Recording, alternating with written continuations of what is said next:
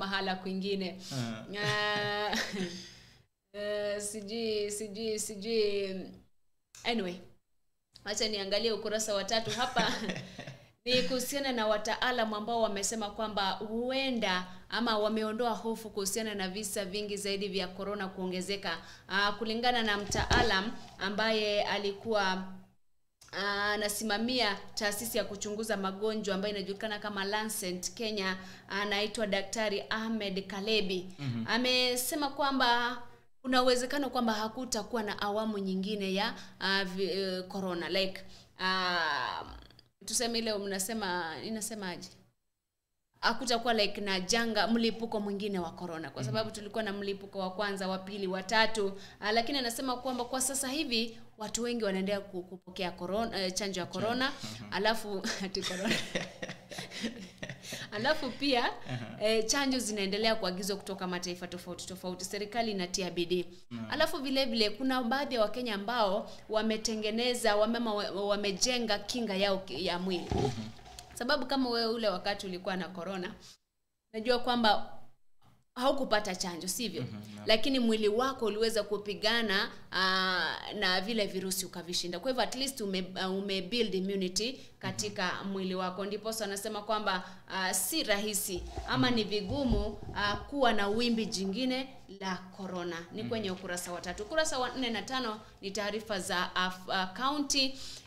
Kwenye county moja hapa, serikali inahimizwa iweze kufanya mashauriano ya amani. Na hapa kumbuka kwamba ni viongozi wa kidini ambao wanataka sana kujumuishwa katika kuleta amani kule kaunti za Laikipia, pamoja na kwenye kaunti za Nyandarua ambapo kumekuwa na vita, majangili wanakuja wanaiba mifugo, wanachoma manyumba. Kwa hivyo wanasema kwamba serikali inafaa kuwajumuisha washikadau tofauti wakiwemo viongozi wa kidini ili kuhakikisha kwamba wanaleta ama wanafanya mazungumzo ya kuleta amani kwenye maeneo ambayo yanakumbwa na vita na vya majangili.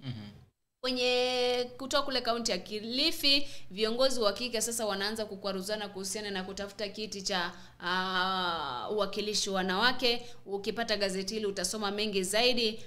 Ni ndani ya Bagusi Global Radio leo magazetini. Kutoka kaunti ya Nandi, Jackson Ole Sapiti ambaye ni askofu mkuu wa kanisa la Kianglikana hapa nchini Kenya, nasema kwamba kanisa litasaidia sana kupanda miti. Ni katika ule mchakato wa kupanda miti na kuweza kuhifadhi mazingira ambao unaendeshwa na serikali. Niruke moja kwa moja hadi ukurasa wa 5. Kuna taarifa kuhusiana na Mudavadi kuweza kutemwa kama msemaji wa jamii ya Mulembe. Kumbuka kwamba weekend iliyopita Francis Atuli ambaye ni kinara wa chama cha katibu wa KOTU aliweza kuteuliwa kama msemaji wa jamii ya Mulembe. Kwa hivyo kwa sasa inasemekana kwamba kulingana na Wilbur Utichilo ambaye alizungumza baada ya wao kuafikiana, nikumbuka kwamba ni viongozi wengine, ni magavana wa Western Kenya pamoja na viongozi wengine walisema kwamba wanaona kweli kwamba Atuli anaweza akazungumza ili kuleta rasilimali kule Western Kenya. Wakisema kwamba, lakini kumbuka wakati huo Moses Wetangula na Mudavadi hawakuhudhuria hiyo sherehe ama hiyo sherehe ya kutawazwa kwa Atuli kama msemaji wa Mulembe. Sasa sijui itakuwa vipi kwa Mudavadi, kwa sababu unajua Mudavadi ndio wanasema alikuwa msemaji, alafu pia ndio watu wa Western Kenya wanataka kumuunga mkono.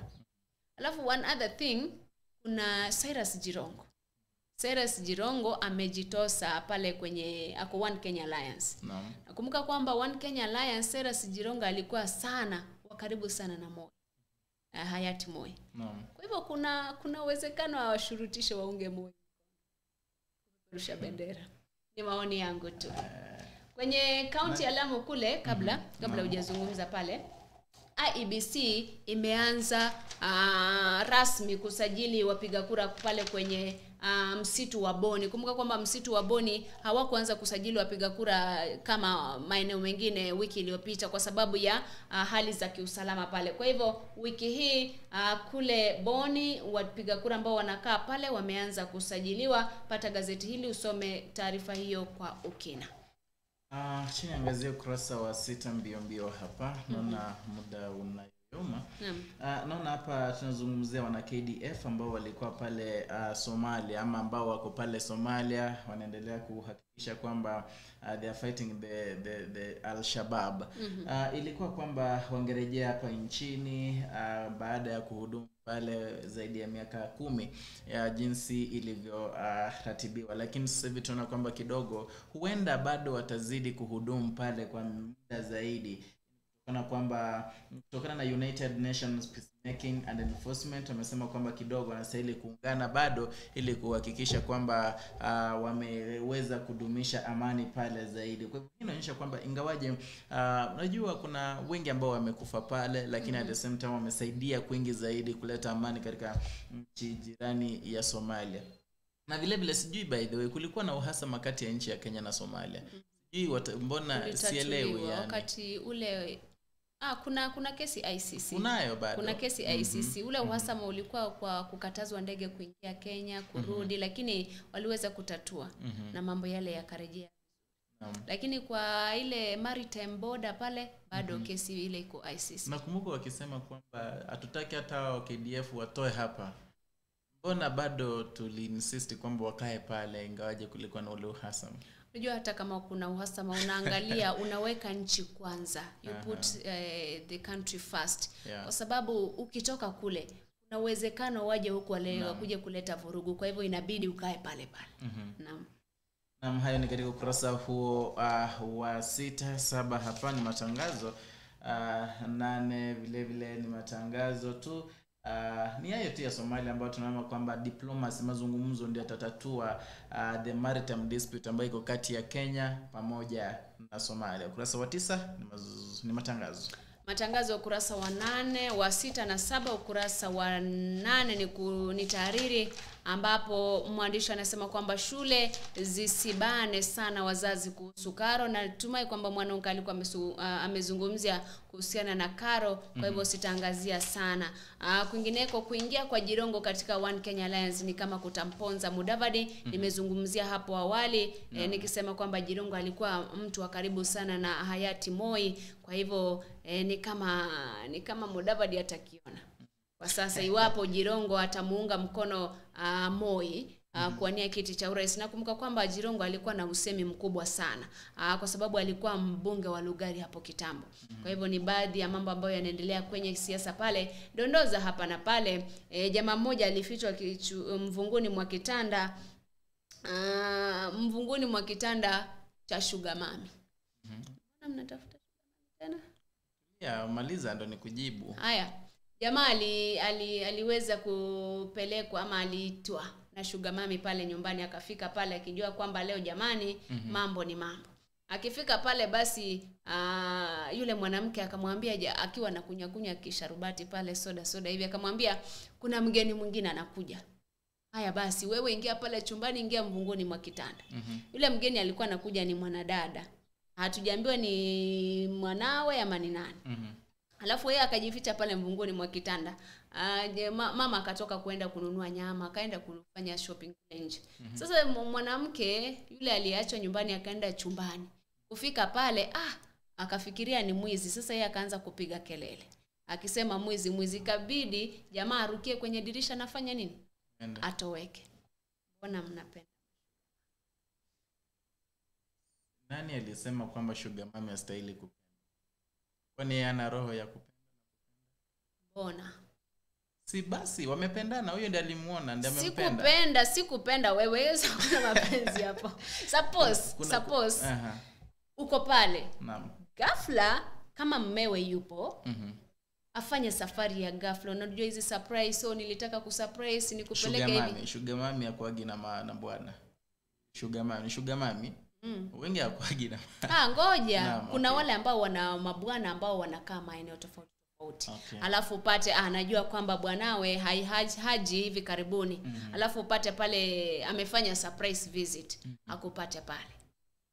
Hamna shida. Si unabeba daso unaanza kupiga deki. Asema wewe ni mfanyakazi amekuja hapa kutazama. Achana na maneno hata unapiga deki. Naam. Utafanyaje? Unajua pale wewe unajishumilete. Unapiga deki alafu the worst thing ni yule mwanaume anakuita anakuambia fanya hiki na like you're real.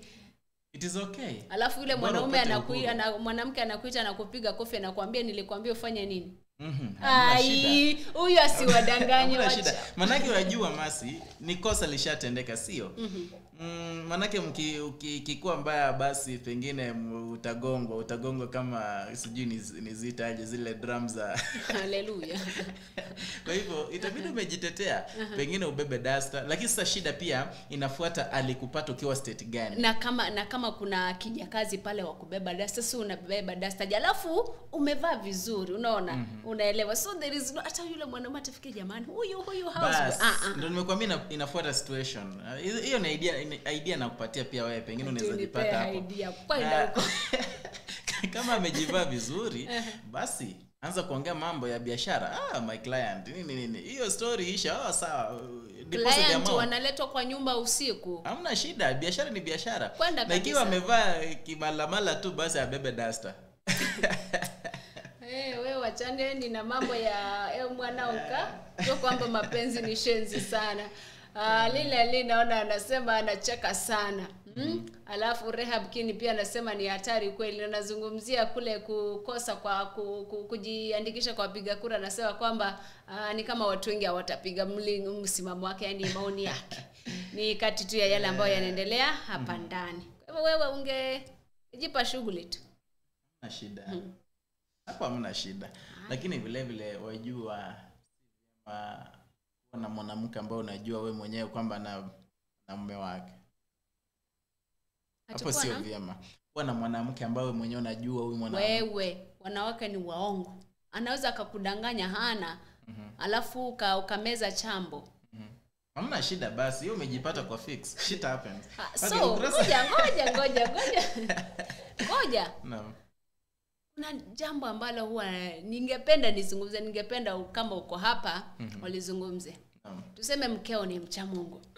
Anaenda kanisani, unaona haya maneno ya camps, unaona haya maneno ya kesha. Kwa mfano tuko 25th, 24th hapo watu wanaenda kesha. Kamkubalia aende kesha usiku. Hamna shida. Haya. Jamaa mmoja alimfumania mkewe akiwa na mwana bodaboda baada ya kutoka kesha usiku. Sasa yeye alimruhusu akaenda kesha kama kawaida. Sasa akashanga jamani, kesha imeisha, sasa hivi ni saa 6 na mambo fulani kama ni ya mwaka mpya ama ya 25th. Alafu akatoka sasa wachaende kumtafuta. Kupita pale kwenye barabara teke anafika pale, napata kwamba jamaa na ni jamaa wa bodaboda yuko na mkewe pale barabarani. Wakifanya nini?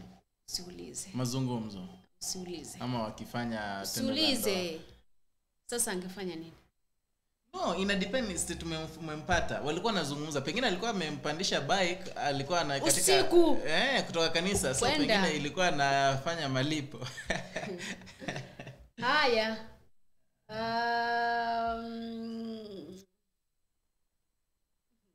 Achana na hiyo story. Basi wacha nimalizie ukurasa wa 10 hapa alafu nikupe muda umalizie hapo kwa sababu muda naona unayoma tuweze kumaliza hapa. Kwenye barua ni ukurasa wa 10, ishara zote ziko wazi kwamba Raila atawania kiti cha urais mwaka ujao na ni hajui hilo. Hata afiti, lakini anaweza akafika aseme anaweza fulani mkono. Naam. Lakini kulingana na mwandishi hapa anasema kwamba hizi kauli ambazo anazitoa kwamba mimi nitawapa shilingi 6,000 nini inamaanisha kwamba huenda akawania kiti cha urais mwaka ujao. Ni kati tu ya barua ambazo ziko pale, kwa hivyo itabidi uchukue hili gazeti usome barua nyingi ambazo ziko pale kwa ukina. Naam. Pengine ukurasa wa 12 gazeti la The Standard naangazia Raila. Wajua kutokana na uchaguzi ambao umepita kuna mengi yameshashuhudiwa kutokana na chama cha ODM. Hasa kutokana na zile nominations unapata kwamba kuna watu wawili pengine wanawania kiti fulani katika eneo moja. Nao watu wote ni watu wenye ni strong. Unajua kuna wale mlegevu lakini watu wanaona kwamba wana kipimo chama kimoja. Na chama kimoja. Ambao unapata mmoja pengine amepewa tikiti mwingine hajapata. Ule mwingine ana defect anaenda independent. Pengine yeye anaenda anachukua uongozi, yule mwenye ODM hajachukua. Ambayo ilileta shida zaidi hadi watu kuanza kuchukia chama cha ODM. Pengine sasa hivi ni kama Raila Odinga ameanza plan ama amepanga kwamba aweze kupunguza zile nominations. Kwa hivyo kuna baadhi ya maeneo ambapo watu wawili au watatu wanataka kuwania kiti kimoja ikiwemo hapa Kisii katika ugavana. Unajua Kisii hapa pengine Sam Ongeri anatamani sana kukuwa gavana. Kuna Simbarati ameonyesha hayo. Na wote ni strong na wote bado ni wa ODM. Kwa hivyo mmoja akipewa tikiti mwingine amedefect. Vile vile amekuwa na ile roho mbaya kwenda kwa chama cha ODM. Kwa hivyo sasa hivi wameanza mazungumzo ili kuhakikisha kwamba ikiwa hapa ni wawili wazungumzie mmoja aende mbele mwingine amsupport. Unaona? At least wote wakue kwa chama moja. Mmoja akue deputy mwingine governor. Na mnaona hapa ilianza na pale Siaya ambayo pia Wandai alikuwa anataka kuwania kiti cha gavana lakini aliweza kuzungumza akaweza kujitoa. Kwa hivyo ni kama hayo mazungumzo yataendelea kutokana na Junet Mohamed ambaye ni director elections. Vile vile ni mbunge wa Suna East aliweza kuzungumza na kusema kwamba kidogo hataki kwamba wale wanawania kiti kile waweze kudefect na kwenda hivi vyama vidogo kuanza kuuliza tena the same seat. Kwa hivyo ni kama mazungumzo yatafanywa round hii, ni kama wanataka kusanitize kabisa chama cha ODM. 13 ukurasa wa 13 ama 13 ni matangazo 14 vile vile 16 pengine ni kuhusiana na voter registration ama kujisajili kama wapiga kura ambayo naona Mercie alishaangazia kila kitu pale, sitazungumzia mengi. Pengine mwisho nataka kumalizia gazeti la The Standard sababu ya muda. Kuna maoni kama kawaida ukurasa wa 19 hapa kuna maoni ambapo tunauliza do you support ban of police use of unmarked cars? Unajua kuna mahali ulikuwa unapata polisi wamekuja wako na probox ujui ni polisi unaona wamevaa kama raia wamekushika. Kwa hivyo kutokana na the regional police commander Agostine Ndumbi aliweza kusema kwamba askari waweze kuwa banned from using unmarked cars. Sijui wewe unaonaje? How do you support the same? Wakikuja na yale magari ambayo hajawekwa alama ni rahisi kushika wahalifu. Lakini ukiona gari la polisi kama huna mask ushaipandisha. Unaona? Yaani inakumeka unakuwa aware. Katika zile tuseme wanafanya investigations, kitu ambacho anafaa kuwa nacho ni badge. Kinaonyesha kwamba mimi ni polisi. Lakini anaweza kavaa raia saa kama ni investigator. But do you think kwamba kuna wale bandits ambao wanajifanya ni polisi? Naam, kuna watu wengi ambao wanajifanya na polisi kwa sababu kwanza si wengi huwa wamevaa sare kabisa.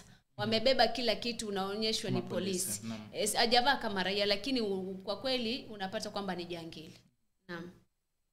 Naam, kuna wale wanasema ni vizuri, kuna wale wanasema si vyema kukatazwa kutumia unmarked cars. Maoni yako ni yapi mtazamaji?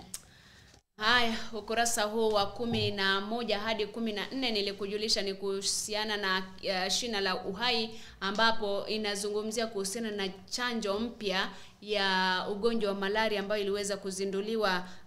Imekuwa ikitumika kwa muda mrefu. Ilizinduliwa na shirika la afya duniani WHO na unaweza ukapata gazeti hili ukasoma yale kwa kina. Kwenye shangazi ya kujibu leo nitakuacha usome spoti peke yako.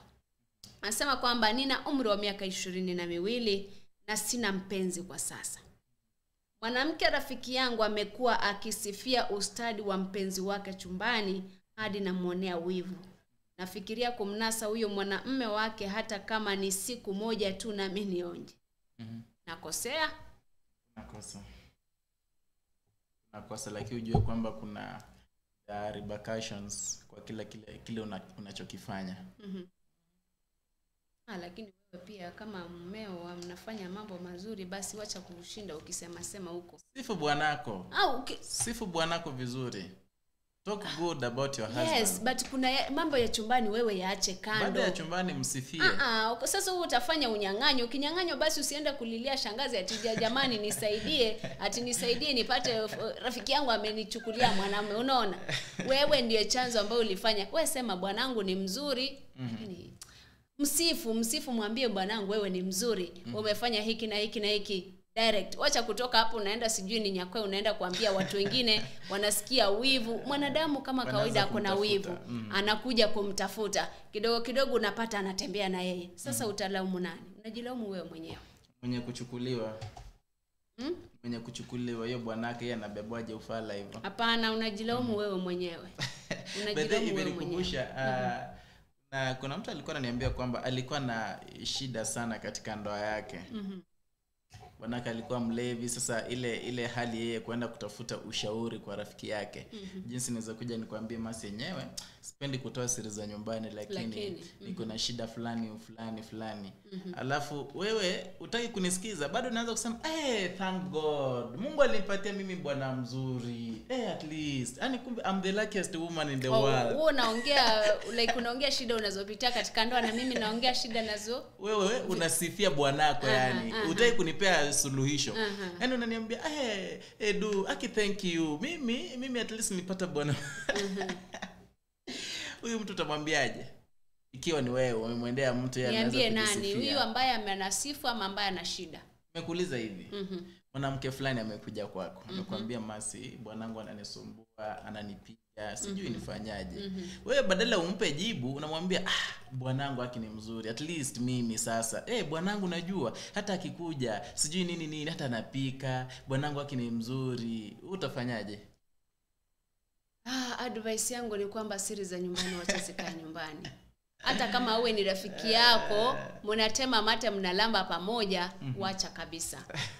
Huyo ndiye atakuja, anasema kikulacho kinguoni mwako. Basi yule ambaye atakuponza anaweza kawa rafiki yako wa karibu. Kwa hivyo wewe mapenzi yako na mmeo na mkeo kula pale, sifiana pale nyumbani, lakini kusema kwamba naenda kuambia mwana ungati hivi na hivi hapana. Na vile vile soma rafiki yako ndani kiundani.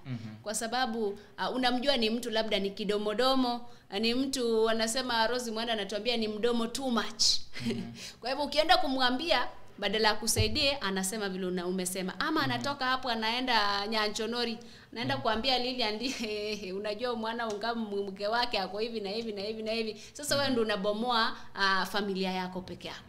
Kwa hivyo afadhali sifiana kule nyumbani, mambo mengine huko nje ongea biashara, ongea ukulima, ongea mambo mengine. Kabla sijatamatisha naona hapa Lilian ndiye amecheka kucheka sana. Biochemist David na kuona Ben Kwamboka, Pamela Mutoro, kuna Tuma Juma, lakini wacha nikukumbusha kuhusiana na kabla hatujamaliza unaweza kutufuata kwenye channel yetu ya YouTube AGR News, subscribe, na vile vile kama unataka kucomment hapa kwenye ukurasa wa Facebook, follow and like us. Hiyo itakupa fursa ya kucomment na kutufuatilia katika mipango yote ambayo tunayofanya. Asanteni sana kwa kuwa ndani ya Leo Magazetini, nami Mercie Ontita.